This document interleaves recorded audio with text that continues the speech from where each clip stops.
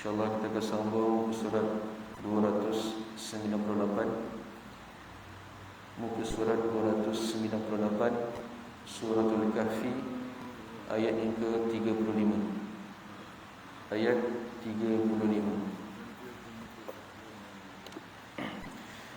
A'udzu billahi minasy syaithanir rajim.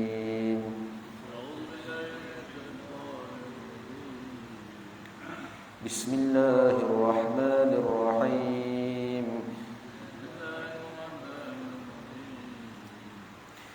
Wa dakhala jannatahu wa huwa zalimun li nafsihi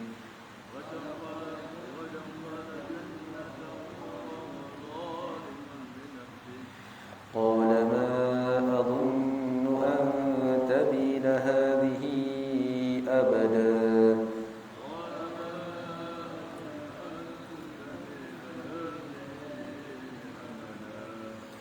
Terjemahan ke-35.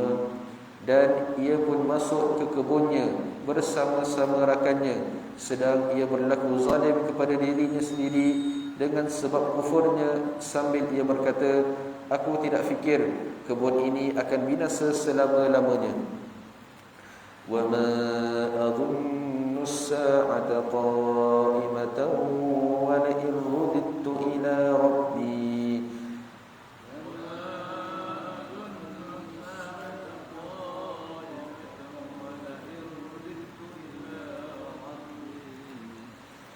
وَلَئِنْ رُدِدتُّ إِلَى رَبِّي لَأَجِدَنَّ خَيْرًا مِنْهَا مُنْقَلَبًا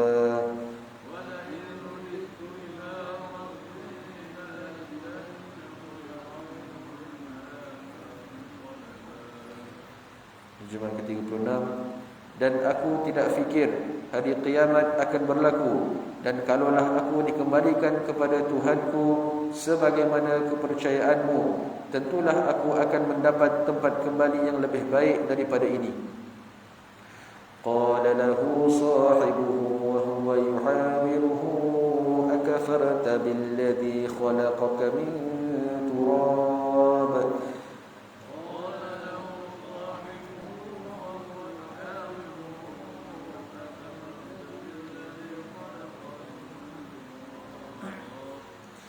ثم من نطفة ثم سواك رجلا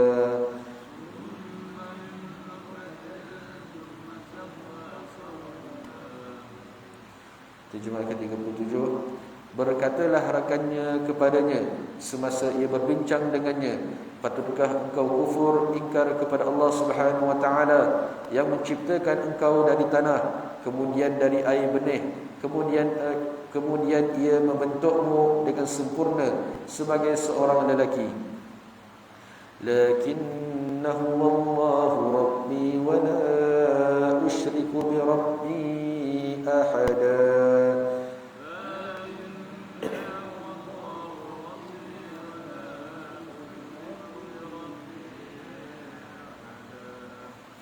Terjemahan ke-38. Tetapi aku sendiri percaya dan yakin dengan sepenuhnya bahawa dialah Allah Subhanahu wa taala Tuhanku, dan aku tidak sekutukan sesuatu pun dengan Tuhanku. Walaula idh dakhalta jannataka qulta ma syaa Allah la quwwata illa billah.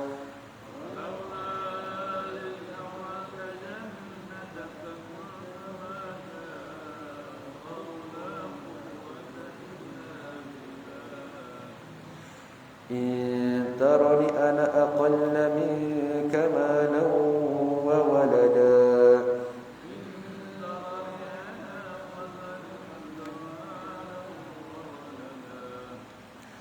Terjemahan ke-39. Dan sepatutnya semasa engkau masuk ke kebunmu berkata Masya Allah, semuanya ialah barang yang dikenaki Allah Subhanahu wa taala. La quwwata illa billah, tiada daya dan upaya melainkan dengan pertolongan Allah Subhanahu wa taala. Kalau engkau memandangku sangat kurang tentang harta dan anak berbanding denganmu.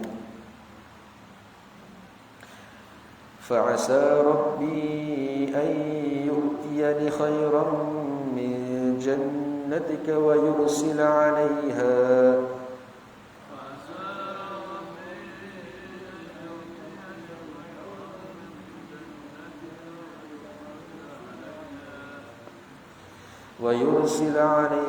حسبانا من السماء فتصبح صعيدا زلقا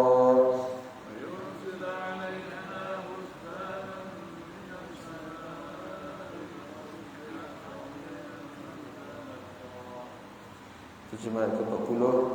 Maka mudah-mudahan Tuhanku akan mengurniakan daku lebih baik daripada kebunmu, dan aku bimbang ia akan menimpakannya dengan bala bencana dari langit, sehinggalah menjadilah kebunmu itu tanah yang licin tandus. Aw yusbiha ma'uha ghawran falan tastati'a lahu talaba.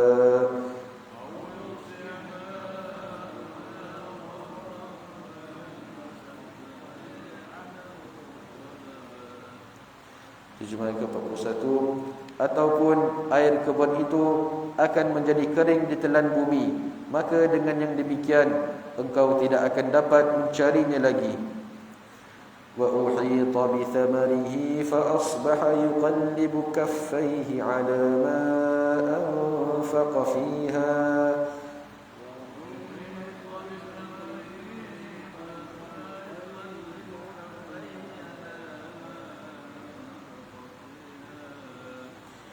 وهي خاوية على عروشها ويقول يا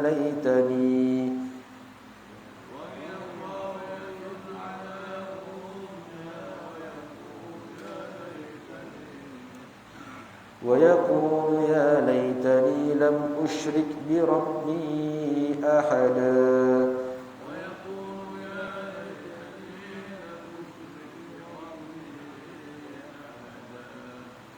Terjemahan yang ke-42. Dan segala tanaman serta harta bendanya itu pun dibinasakan. Lalu jadilah ia membalik-balikkan kedua tapak tangannya kerana menyesal terhadap segala perbelanjaan yang telah dibelanjakannya pada kebun-kebunnya, sedang kebun-kebun itu runtuh junjung-junjung tanamannya, sambil ia berkata, alangkah baiknya kalau aku tidak sekutukan sesuatu pun dengan Tuhanku. وَلَمْ تَكُنْ لَهُ فِئَةٌ يَنْصُرُونَهُ مِنْ دُونِ اللَّهِ وَمَا كَانَ مُنْتَصِرًا.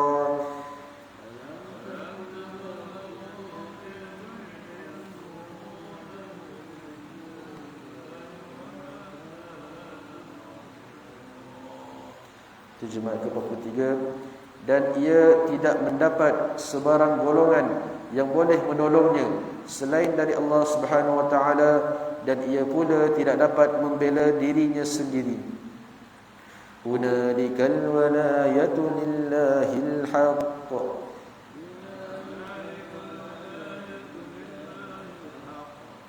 huwa khairun thawaban wa khairun uqba.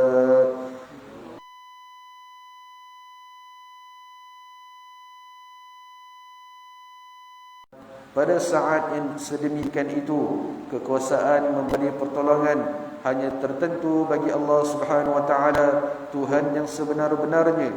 Dialah sebaik-baik pemberi pahala dan sebaik-baik pemberi kesudahan yang berbahagia kepada hamba-hambanya yang taat. Wa ضرب لهم مثل الحياة الدنيا كماء أنزلناه من السماء فاختلط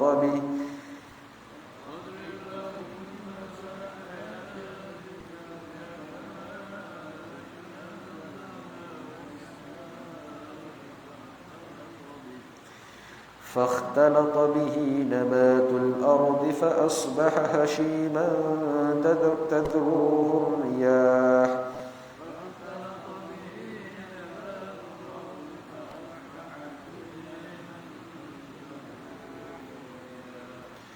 وكان الله على كل شيء مقتدرا.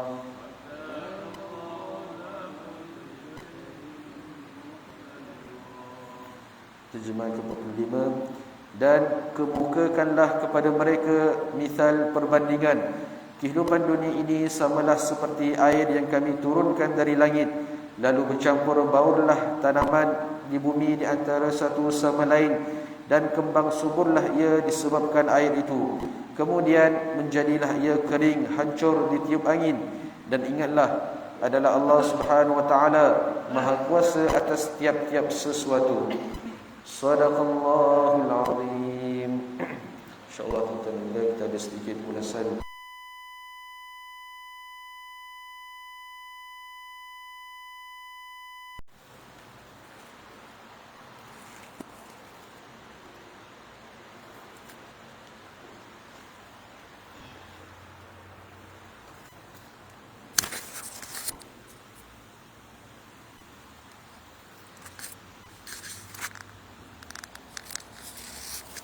Auzubillahi minasyaitonirrajim. Bismillahirrahmanirrahim. Alhamdulillah wassalatu wassalamu ala Rasulillah. Sikit ulasan ayat yang kita ambil pagi ini, sambungan pada pagi semalam. Cerita Allah Taala bawa dalam surah Al-Kahfi ini beberapa kisah. Kisah ni ialah kisah pemilik dua kebun yang telah kita bincangkan semalam. Bagaimana ada seorang tu dia ada kebun, dan kebun dia tu adalah sangat subur, dan di antara kebun tersebut berada di antara dua jalan, di tengah-tengahnya kiri kanan dia ialah kebun dia. Kemudian Allah Subhanahu wa taala jadikan pula kebun tu dengan air, ada sungai yang mengalir, dan laki-laki ini disebut dalam ayat ni, pada ayat yang kita baca pagi ni, ialah kisah bagaimana pemilik kebun tersebut ialah seorang hamba, seorang laki-laki yang tidak beriman dengan Allah Ta'ala, dan dia rasakan bahawa kebun tu hasil dia, cantik kebun dia tu ialah hasil tangan dia, bukan ada campur tangan rahmat daripada Allah Subhanahu Wa Ta'ala.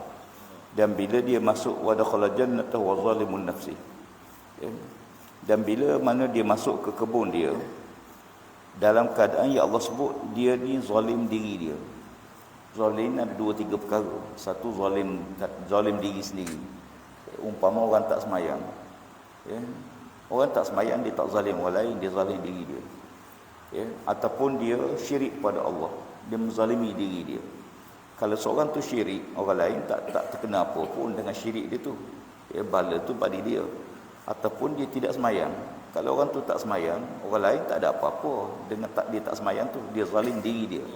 Ada yang zalim pada orang lain, seumpama dia tidak keluarkan zakat. Orang yang tidak keluar zakat, dia zalim kepada penerima yang sepatut terima zakat dia tu, dia telah zalim pada orang tu. Ataupun dia zalim dengan cara dia mengubah peraturan-peraturan yang merosakkan alam, merosakkan manusia, umpama peraturan yang syirik pada Allah, maka dia telah merosakkan sistem itu sendiri, yang menyebabkan manusia berpanjangan akan berlaku kerosakan. Ayat ni Allah sebut zalimu li nafsi, dia zalim diri dia. Apa dia? Sebab dia syirik pada Allah. Qala, lalu apa yang menyebabkan dia zalim tu? Allah sebut qala ma azunnu an tabida hazihi abada. Dia kata bila dia tengok kebun dia cantik, hebat semua, dia kata tak mungkin dia rasa kebun tu tidak akan binasa selama-lamanya.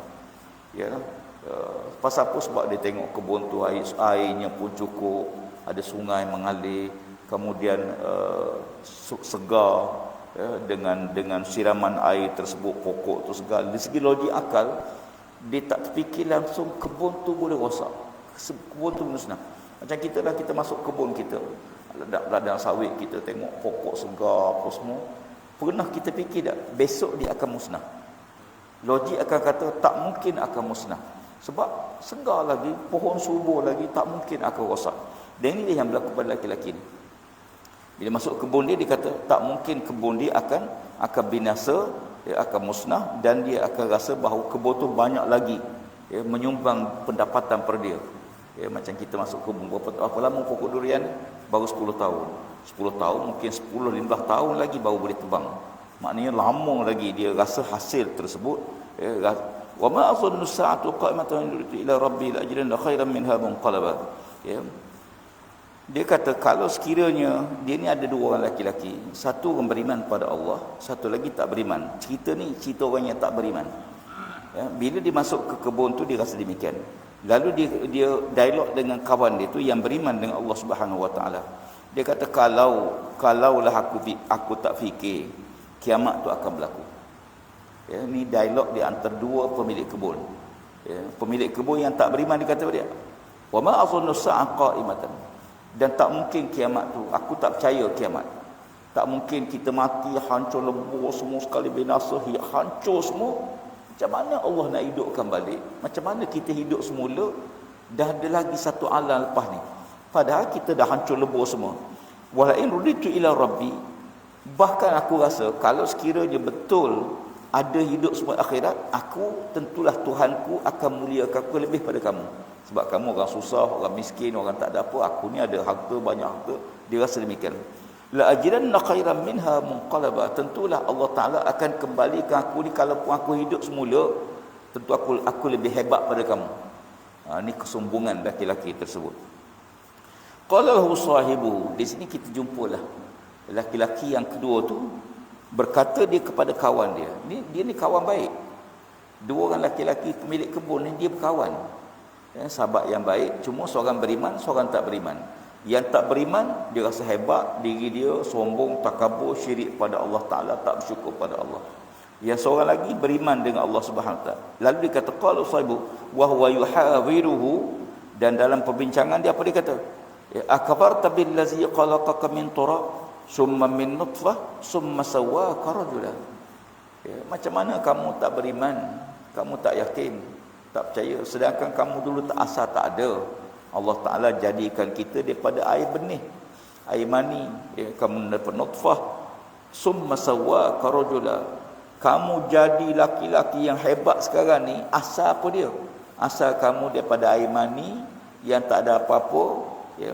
Kemudian daripada tanah, saripati tanah. Ya, bukan daripada malaikat kita jadi ni, bukan daripada tembaga ke besi ke dak, kita daripada air yang air mani daripada sumber saripati tanah.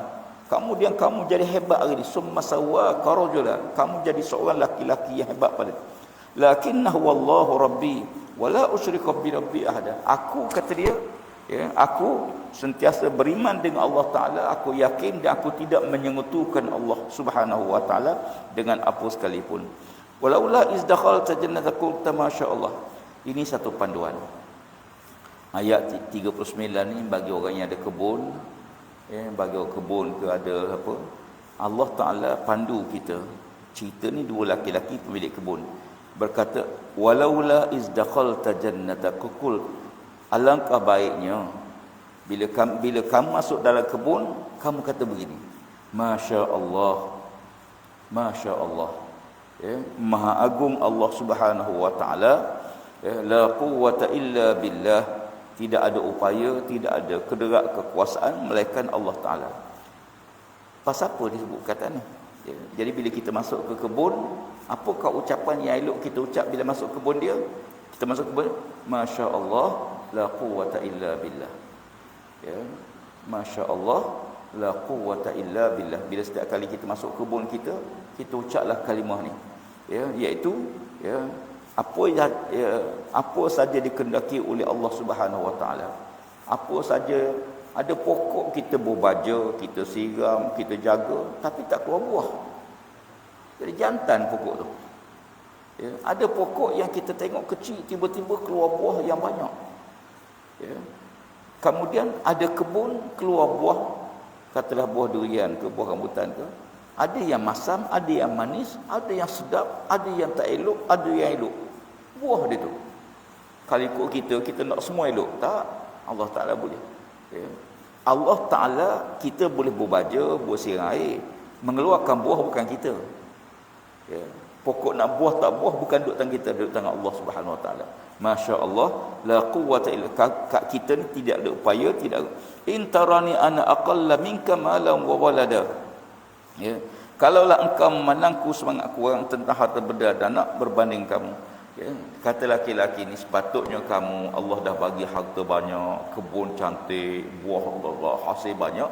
Sepatutnya kamu kata begitulah. Kamu kata apa dia? Kamu kata masya-Allah la quwwata illa billah. Kalau kamu rasa sedangkan aku ni tidak sehebat kebun yang kamu ada, ya, berbanding kamu tu. Fa asa rabbi an yu'tiyani khairan minka jannatika wa yursil 'alaiha husban min sama. Maka mudah-mudahan Tuhanku akan mengurniakan aku lebih baik daripada kebunmu.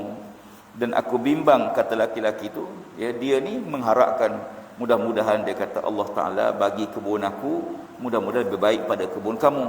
Ya, kamu dapat sekarang, dia ni laki-laki pertama dah dapat, laki-laki kedua ni belum dapat macam mana laki-laki pertama kebun dia. Ya, tapi dia mengharapkan agar Allah Ta'ala, ya, wa yursilu 'alaihi husbana minas sama, lalu Allah Ta'ala turunkan hujan, ya, daripada itu patus bi'at sa'in dan zalaqa, lalu kebun dia binasa sehingga menjadilah kebun-kebun itu yang tandus. Ya, ni cerita bagaimana laki-laki yang tidak beriman tadi, ya, dengan sombong dia, dengan bangga dia, ya, lalu Allah Ta'ala datangkan bala bencana, ya, di mana kata laki-laki itu, aku khawatir, aku bimbang kebun kamu akan binasakan oleh Allah Subhanahu wa Ta'ala, lalu hancur musnah segala-galanya. Au yusbiha ma'uha ghaura, ataupun Allah Ta'ala tiba-tiba keringkan air dia.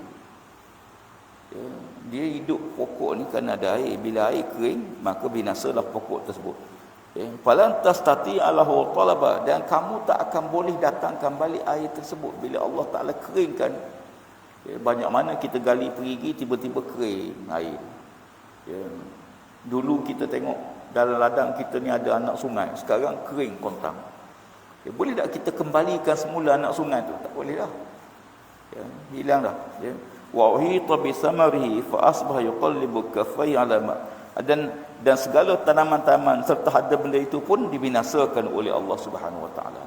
Jadi pemilik kebun yang pertama tadi, ya, kebun dia dimusnahkan oleh Allah Subhanahu wa Ta'ala, ya, lalu, ya, yuqallibu kaffai ala ma anfaqa fiha wa huwa khawtan ala urushiha, lalu dia menyesal di atas tindakan dia, ya, tindakan tak beriman dengan Allah, tindakan dia sombong takabur, tindakan dia yang merasa demikian. Ya, wa yaqulu ya laitani lam usyrik bi rabbi ahada, alangkah baiknya kalau aku tidak syirik pada Allah. Ya, alangkah baiknya kalau aku ni tidak syirik pada Allah, tidak menyekutukan Allah dengan sesuatu. Walam takul lahu fi'atun yansuruhu min dunillah, dan tidak ada, bila dah berlaku musnah, tak ada siapa yang boleh tolong melainkan Allah Subhanahu wa Ta'ala. Ya, dan kita wama kana muntasira, dan kita tidak boleh menolong diri kita sendiri pun, ya, tak boleh. Dan mari musnah segala hartanya dan binasa segala-galanya, tak boleh nak buat apa. Hunalikal walillahi, dan pada saat demikian itulah, ya, Allah Ta'ala memberi pertolongan hanya tertentu bagi Allah, ya, yang berkuasa nak beri. Wa khairun sawaban wa khairun uqba, dan dialah, ya, sebab baik pemberi balasan pahala kebaikan yang kita buat. Wa khairun uqba, dan di Allah lah sebab baik ia akan beri balasan kebahagiaan. Wa dhillahum masalah hayatin, demikianlah kata Allah Ta'ala perbandingan, ya, hidup di dunia. Hidup dunia ni satu bandingan apa dia? Kama in anzalnahu minas sama. Allah kata hidup ni seumpama hujan turun pada langit. Bila hujan turun, udara pun segar, kita pun segar, pokok-pokok pun subur, hiduplah pokok-pokok tadi. Fakhtalata bihi nabatul ardi, lalu, ya, bercampur air tadi bila turun, bercampur dengan segala benda yang ada pada air, bercampur dengan semua benda yang ada pada tanah, ya. Lalu pokok tadi pun jadi hidup subur, ya. Hujan tu turun, udara segar bercampur tadi dengan air aliran atas tanahnya, bercampur dengan kedapur konten dengan pada tanah tersebut, lalu pokok tadi pun jadi subur, ya, hidup dengan segar, ya, disebabkan air tersebut, ya. Kemudian, ya, fa asbaha shiman tazruhu riyah, ya, kemudian menjadilah ia kering kontang, lama-lama dak, bila hari panas kering, ya, lalu, ya, jadi matilah pokok tersebut. Ya, hidup ni gitulah. Hidup ni kita ibaratkan pokok yang tanam pokok pisang lah, segar subur naik. Bila pisang ni keluar buah, mana nak mati, Ya, pisang ni dan dia keluar buah, nak mati. Satu pokok yang setelah dia berbakti pada manusia, dia mati. Ya. Yang pokok-pokok lain, pokok jagung, bila keluar buah, mana nak mati dia tu. Setelah dia hidup, berbakti, keluar, sampai masa dia akan mati. Wa kana Allahu ala kulli syai'in muqtadira. Demikianlah Allah Subhanahu wa taala menjadikan berkuasa di atas segala sesuatu. Jadi hidup kita gitulah, macam pokok, kecil-kecil naik besar-besar subuh, kemudian tua mati. Dan tua ni tuan-tuan baja pun tak jadi muda dah. Ya, tuan-tuan siram air pun dia mati dah. Kita tua ni tak selalu kata awet muda dah, tak ada awet muda dah dan tua ni. Di ujung dia mesti makin lemah. Dia akhir mati. Ya, begitulah pokok. Allah Taala suruh kita buat tengok diri kita, tengok pokok. Ya, begitulah bila pokok tu dah tua, kita seronok. Bila pisang kita keluar jantung, kita seronok. Ya, tapi bagi pisang tu dia tahu aku nak mati dah ni. Tapi nak mati dia berbakti dulu baru dia mati. Ya. Elok jadi pokok pisang daripada orang kadang-kadang. Ya. Pokok pisang dia berbakti bagi makhluk, lalu dia meninggal, dia mati. Begitulah hidup kita ni. Ya, kita sampai masa kita hidup berbakti dah, buat kebajikan, buat amal soleh, kebajikan kita buat pada manusia, kepada alam, kepada seluruhnya. Pas apa? Lepas ni kita akan meninggal dunia. Mudah-mudahan kisah pemilik dua kebun ini menyebabkan kita sebagai hamba Allah yang ada kebun, kita syukur pada Allah dan tidak syirik pada Allah Subhanahu wa taala. Wallahu alam.